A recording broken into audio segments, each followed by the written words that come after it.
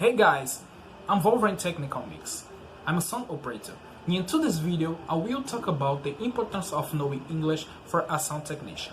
I decided to make this video in English for those who like me are studying English, encourage for those who are starting out. My pronunciation is not perfect, but in practicing, it is also important to remember for you to like it, subscribe to the channel, so motivate me to make new videos. Remember, hit the bell so you'll be notified of making new ones.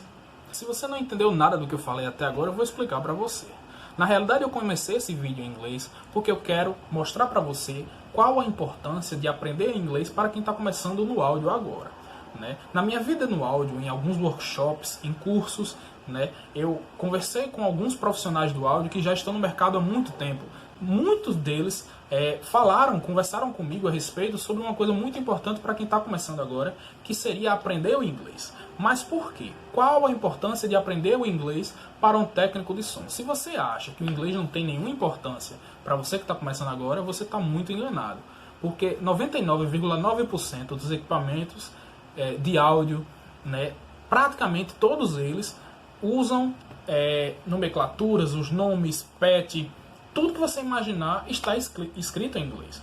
Né? Então, apesar de que todos esses equipamentos possuem manuais traduzidos para português, espanhol e várias outras línguas, né, usualmente as nomenclaturas, os nomes, endereçamentos, tudo está em inglês. Então, esse é o intuito. Então, se você está começando agora, cerca de 70% das pessoas que estão começando agora, o erro delas é porque elas não estão acostumadas a ler palavras diferentes, palavras comuns para nós que já trabalhamos com áudio há bastante tempo.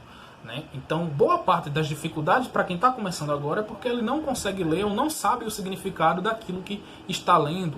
Né? Então, seja mesa analógica, seja mesa digital, vários outros equipamentos como processadores de áudio, dentre vários outros, até DAWs, aplicativos de áudio, no geral, todos estão em inglês.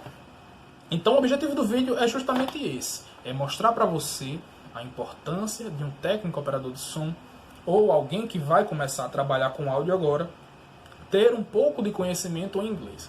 Então comece a praticar, comece a ver equipamentos que você vai começar a se familiarizar com alguns nomes, né, que estão em alguns consoles, que estão em alguns equipamentos, e isso vai facilitar muito a tua vida.